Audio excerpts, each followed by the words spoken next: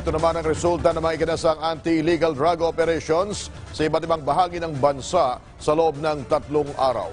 Si Deo de Guzman sa sentro ng balita. Sa pagpapatuloy ng kampanya kontra illegal na droga, 74 na individual ang naaresto sa anti-illegal drug operations ng PNP at PDEA sa loob ng 3 araw. 12 rito ang arestado sa Davao del Norte, 11 sa Bulacan, 9 sa Cavite, 7 sa Pampanga, 5 sa Nueva Ecija at Tarlac, 3 sa Cebu at Leyte, habang 2 naman sa Batangas, Tacloban City at Olongapo City.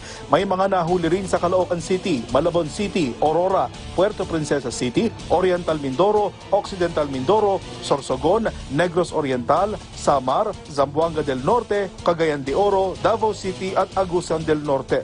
Halos 1 milyong piso ang halaga ng hinihinalang illegal na droga ang nakuha sa mga sospek. Deo de Guzman para sa Bayan.